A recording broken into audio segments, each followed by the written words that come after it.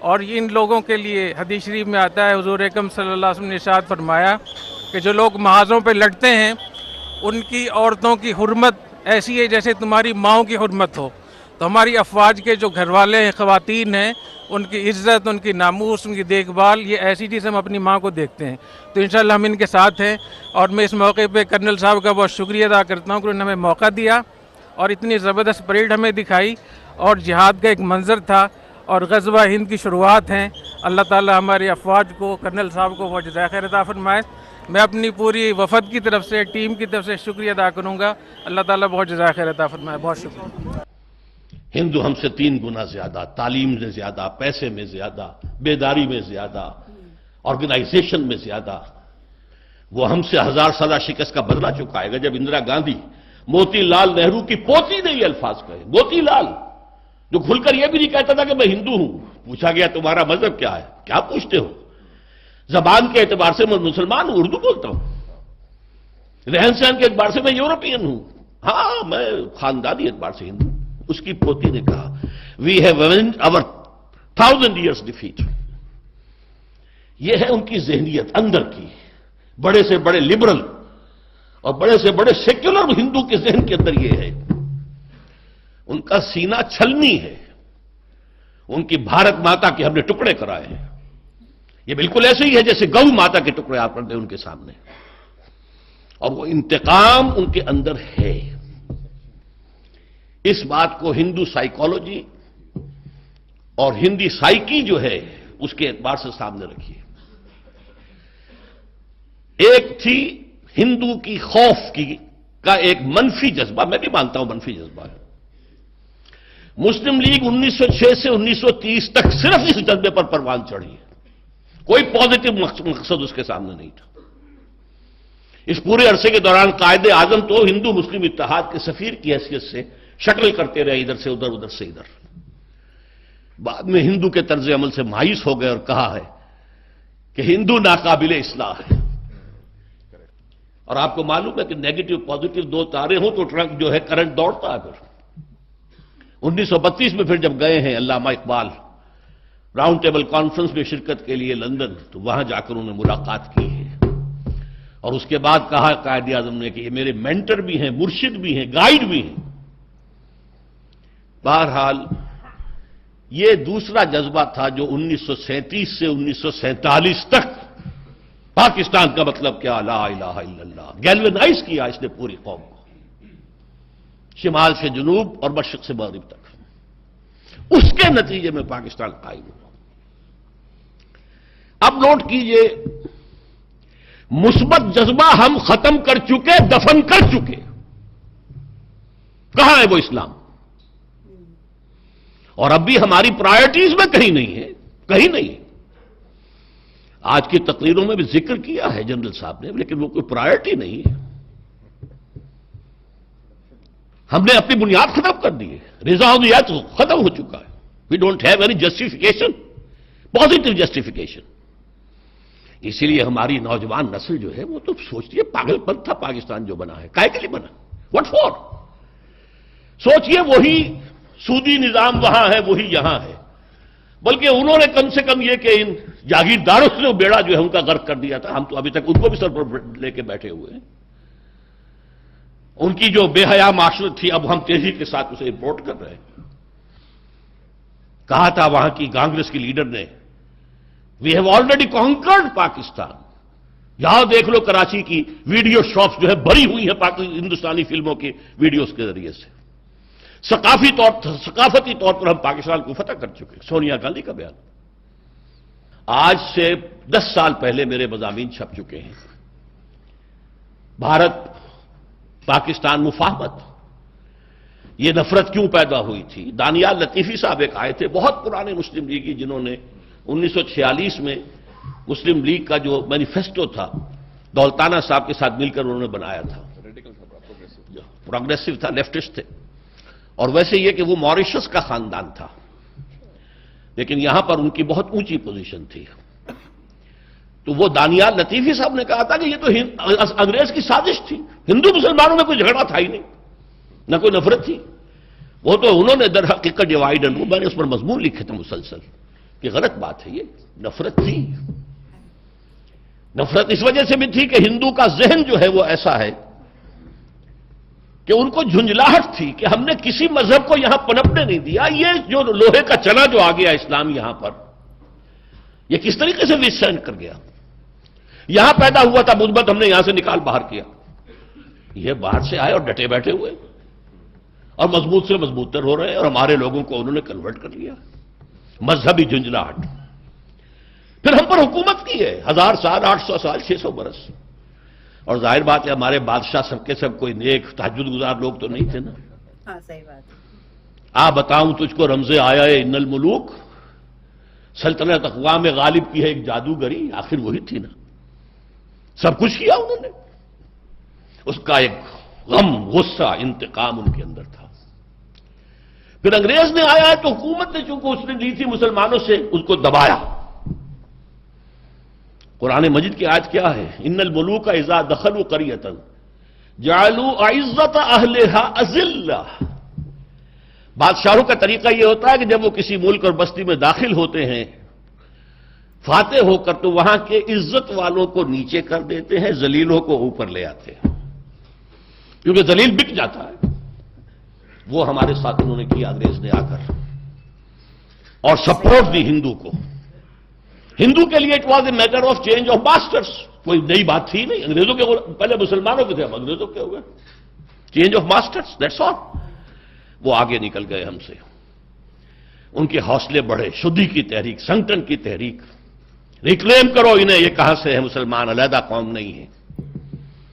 یہ نفرت تھی. ہاں انگریز نے بھی اس نفرت میں جلتی آگ پر تیل ڈالا. ڈیوائیڈ اینڈ رول کی اس کی پالیسی تھی، خاص طور پر کنزرویٹو پارٹی.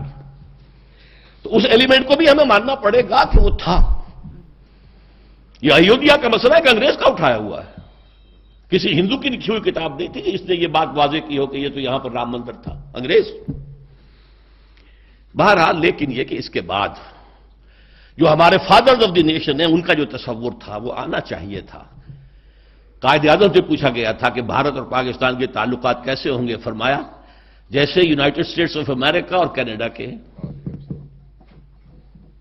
علامہ اقبال نے تو اس سے آگے بڑھ کر کہا تھا اپنے 1930 کے خطبے میں کہ پاکستان جو ڈیفینڈ کرے گا انڈیا کو against any aggression whether ideological اور ٹیریٹوریل، یہ اس خطبے کے اندر موجود ہے.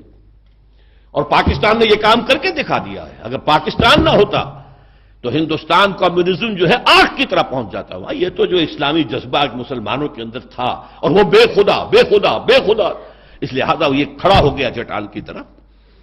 اور اسی لیے امریکہ نے جو ہمیں استعمال کیا اور فرنٹ سٹیٹ بنایا، تو بھارت بچ گیا ہے در حقیقت. اس حوالے سے اگر معاملہ چلتا اس رخ پر تو بہت بہتر تھا، بہت بہتر تھا، بہت بہتر تھا. تو میں بہت تلخ الفاظ کہہ رہا ہوں، پاکستان کے اختتام کے لیے کاؤنٹ ڈاؤن شروع ہو چکا ہے، الٹی گنتی شروع ہو چکی ہے. کم سے کم ایک باعزت، آزاد، باغیرت قوم کی حیثیت سے تو خاتمہ ہو ہی جائے گا. ایک ذرا سا بڑا نیپال، وہ اس شمال کے اندر ہے، یہ شمال مغرب میں آ جائے گا. بس اللہ اللہ خیر صلی اللہ. ہم بھارت کے نیچے ہوں گے، تابع ہوں گے. اور امریکہ اور بھارت اس وقت تک پالیسی چینج نہیں کریں گے جب تک کہ پاکستان کی یہ قلب ماہیت نہ کرا لیں کہ بھارت کے سامنے سر جھکا کر کھڑے ہوئے. پھر اسٹریٹجیز تو چینج ہوتی رہتی ہیں. نشان یہی ہے زمانے میں زندہ قوموں کا کہ صبح و شام بدلتی ہیں ان کی تقدیریں. وہ تو بدلیں گی، لیکن اس وقت یہ بات ہے لازماً کہ پاکستان کو it has to be cut to size, either to erase it from the map of the world, یا یہ ہے کہ محض ایک طفیلی سا کوئی ملک بن کر رہ جائے. لیکن یہ جو حرمت اور یہ جو حمیت اور یہ غیرت ہے، اس سے جو طوفان اٹھے گا یہ ہوگا اس ملحمت العظما، اس کی طرف پیش رفت ہو رہی. کتاب الملاحم سے احادیث کے حوالے سے کہ جن جنگوں کا حوالہ دیا حضور نے، پیشن گوئی کی ہے، اس کا نقطہ آغاز تھا خلیج کی جنگ. صدام حسین نے اسے کہا تھا یہ مدر آف وارز ہے، ام المحارب، یہ ایک جنگ نہیں ہے. اس کا نقشہ بھی حدیث میں موجود ہے، پیشن گوئی موجود تھی. اس وقت بھی ہم نے شائع کی تھی. لیکن اس میں جو جنگ اب ہونے والی وہ الملحمۃ العظمی. ملحمہ کسے کہتے ہیں؟ لحم گوشت کو کہتے ہیں، اور قصائی کی دکان کو عربی میں ملحم کہتے ہیں، جہاں گوشت کے ٹکڑے کیے جاتے ہیں. آج کل مشینوں سے ہوتے ہیں، اب جو ہے وہ ہاتھ سے چھریوں سے نہیں ہوتے، لیکن ٹکڑے ہو رہے ہوتے ہیں، جسموں کے چیتھڑے اڑ رہے ہوتے ہیں. ملحمہ وہ ملحمہ ہے جس کو کہ حضور نے حضرت معاذ بن جبل رضی اللہ تعالیٰ عنہ کی روایت ہے، اس میں سے جو ابو داؤد میں روایت آئی ہے اس میں الملحمۃ العظمی، عظمی مؤنث ہے اعظم کا. آپ کہتے ہیں جنگ عظیم اول، جنگ عظیم دوم، عظیم کا باپ ہو گیا اعظم، سب سے بڑا، اور اس کا مؤنث ہے سب سے بڑی، عظمی. الملحمۃ العظمی سب سے بڑی لڑائی. میرے نزدیک یہ وار کے معنی میں نہیں ہے، بیٹل کے معنی میں. انگریزی میں یہ دو لفظ علیحدہ ہیں، وار، بیٹل. وار سالوں کو محیط ہوتی ہے، بیٹل کسی ایک خاص جگہ پر جو لڑائی ہوتی ہے اس کو کہتے ہیں. حضور کے اور قریش کے درمیان 6 سالہ وار تھی، جنگ تھی، لیکن battles, battle of Uhud, battle of Badr, یہ بیٹلز تھی، لڑائیاں تھیں. تو عظیم ترین جنگ شاید اس اعتبار سے نہ ہو جیسے کہ ورلڈ وار 1 اور ورلڈ وار 2، یعنی اس کی وسعت کا اتنا معاملہ نہیں اور طوالت کا نہیں، لیکن جو لڑائی جو ہے بیٹل ہونی ہے، جس کو کہ یہ لوگ، یا چونکہ میں نے کہا تھا شروع میں کہ سرما ہے میری آنکھ کا خاک حجاز و ہول قدس. نیو ٹیسٹمنٹ کی آخری کتاب ہے the book of Revelation, Revelation of Saint John. اس میں آرمگڈون کہا گیا ہے اسے. ہر مجدون یہ عبرانی لفظ ہے، ہر کہتے ہیں اونچی جگہ کو، سطح مرتفع. مجدون میگیڈو، میگیڈو ایک وادی ہے، مرتفع، وادی مرتفع. یہ ہے واقع لبنان، اسرائیل اور شام کے درمیان جو ٹکڑا، جو ٹرائنگل بنتی ہے، یہ ہے، یہاں پر بڑی جنگ لڑی جائے گی. اور یہ جنگ صلیب ہوگی، جو کہا ہے یہ بش نے، یہ جنگ صلیب. سیکنڈ ملینیم شروع ہوئی تھی تو پہلی صلیبی جنگ ہوئی تھی، تھرڈ ملینیم شروع ہوا ہے، یہ سیکنڈ صلیبی جنگ ہے، یہ کروسیڈ ہے. اور میں اس مرتبہ امریکہ گیا تھا تو پہلی مرتبہ مجھے وہاں ایک رسالہ ملا ٹرمپٹ نام کا. یہ امریکہ کے جو بہت ایکسٹریمسٹ قسم کے پروٹیسٹنٹس ہیں، یہ ان کا رسالہ ہے، اور ان کے بارے میں اب کہا جا رہا ہے وہ کرسچین زائنسٹ ہیں. آپ شاید پہلی مرتبہ یہ لفظ سن رہے ہوں. زائنسٹ تو ہم سمجھتے ہیں یہودیوں کو، کرسچین زائنسٹ وہ ہیں جو ہیں تو عیسائی پروٹیسٹنٹس ہیں، لیکن اسرائیل کے وہ حمایتی یہودیوں سے بڑھ کر ہیں. یہ میری کسی پہلی تقریر میں شاید بہت سے حضرات کو یاد آ جائے، میں نے کہا تھا 4 سال پہلے ہمارا تنظیم اسلامی کا ایک کنونشن ہوا تھا ہوسٹن میں، امریکہ کا جنوبی علاقے کا شہر ہے. ایک سیشن اس میں ہم نے رکھا تھا انٹرفیتھ. ایک عیسائی کو بلایا تھا، ایک یہودی بہت بڑا وہاں کا عالم ہے اس کو بلایا تھا. اس یہودی عالم نے، ڈاکٹر وشوگراڈ، جو وہاں کی یونیورسٹی میں پروفیسر ایمیریٹس ہے، اس نے کہا تھا کہ یہ اسرائیل کو تو سپورٹ کر رہے ہیں عیسائی، ہم تو نہیں کر رہے. جو پریکٹسنگ یہودی ہیں وہ زیادہ اسرائیل کے حق میں نہیں تھے، یہ تو سن 67 کے بعد انہوں نے اسرائیل کو تسلیم کیا ہے. وہ تو منتظر تھے کہ ہمارا مسیحا آئے گا تو اس کی قیادت میں جنگ کریں گے، جیسے شیعہ منتظر تھے کہ مہدی موعود آئیں گے تو پھر ہم کچھ کریں گے. وہ امام خمینی نے کہا بھائی جب وہ آئیں گے آ جائیں گے، لیکن ہم کچھ راستہ کے لیے. زائنسٹ نے آگے بڑھ کر ریاست قائم کر لی، اور جب یروشلم پر بھی پورا قبضہ کر لیا، تب جو ہے در حقیقت مذہبی یہودی جو ہے پھر انہوں نے اپنایا ہے، اون کیا ہے، اور نئے سیٹلمنٹس جو بھی بنے ہیں وہاں پر اسرائیل میں، اس میں اکثر و بیشتر مذہبی یہودی آیا، اور بروکلن کے علاقے سے سب سے بڑھ کر آئے ہیں، جو امریکہ میں نیو یارک کا ایک جنوبی علاقہ ہے، بہت بڑا یہودیوں کا بہت بڑا گڑھ ہے. نیو یارک کو جیو یارک بھی کہا جاتا ہے، وہ تو اصل میں مرکز جو ہے وہ تو یہودیوں کا ہے. اس حوالے سے وہاں پر جو کرسچن زائنسٹ کہلاتے ہیں وہ اسرائیل کے یہودیوں سے بھی بڑھ کر کہیں سپورٹر ہیں. بہرحال اس دوسری صلیبی جنگ کا معاملہ جو میں کہہ رہا تھا، ٹرمپٹ نامی رسالہ، اس کا ایک مضمون ہے دی لاسٹ کروسیڈ. اب یہ آخری کروسیڈ ہے جو شروع ہونے والا ہے. میں تو حیران ہوں کس قدر کھل کے وہ باتیں کرتے ہیں. رومن کیتھولکس کو وہ کہتے ہیں کہ یہ شیطان ہے، یہ پوپ شیطان ہے، یہ یورپ کو اس نے جمع کیا ہے کرسچینٹی کی بنیاد پر، اور اس میں زیادہ تر کیتھولکس ہیں، آپ کو معلوم ہے برطانیہ بڑی مشکل سے شامل ہوا ان کے ساتھ، اس لیے کہ وہ پروٹیسٹنٹ کا سردار تھا، ابھی پوری طرح نہیں ہے۔ یورپ جو ہے وہ رومن امپائر دوبارہ یہ کھڑی کر رہا ہے، اور در حقیقت یہ جو ہے یہودیوں سے بھی چھیننا چاہتے ہیں اسرائیل کو اور فلسطین کو، اور مسلمانوں سے بھی، اور یہ وہی کروسیڈ جو تھے اربن ثانی کے، اس کی تیاری کر رہے ہیں تاکہ وہاں پر عیسائی حکومت قائم ہو جائے، کیتھولکس کی، پوپ کی حکومت قائم ہو جائے، جیسے ایسٹ تیمور میں کر دی ہے۔ ایسٹ تیمور میں کون سی حکومت بنی ہے؟ رومن کیتھولک، رومن کیتھولک اسرائیل میں بنے، تاکہ یہ سارے مقامات مقدسہ جہاں اسرائیل پیدا ہوئے، بیت حضرت مسیح پیدا ہوا، بیت الحم کہاں ہے؟ وہی ہے کہ نہیں؟ جہاں سے ریزریکشن ہوا ان کے خیال میں وہ کہاں ہے؟ وہیں پر ہے کہ نہیں؟ بڑے بڑے گرجے ان کے وہی ہیں۔ تو اس اعتبار سے ان کا کہنا یہ ہے یہ لاسٹ کروسیڈ کی تیاری ہو رہی ہے، یہ کیفور، اور ان کا کہنا یہ ہے کہ یہ پوری طاقت نیٹو کی جو ہے، یہ پہلے جرمنی سے لائی گئی بوسنیا، انہوں نے خود وہاں جنگ کروائی، انہوں نے خود وہاں پر ایتھنک کلینسنگ کروائی، پھر خود مصالحت کے لیے آ گئے، پھر کوسوو میں انہوں نے خود آگ بھڑکائی۔ یہ میں نہیں کہہ رہا، یہ وہ ٹرمپٹ رسالہ امریکہ سے چھپنے والا پروٹیسٹنٹس کا رسالہ ہے جو یہ کہہ رہا ہے۔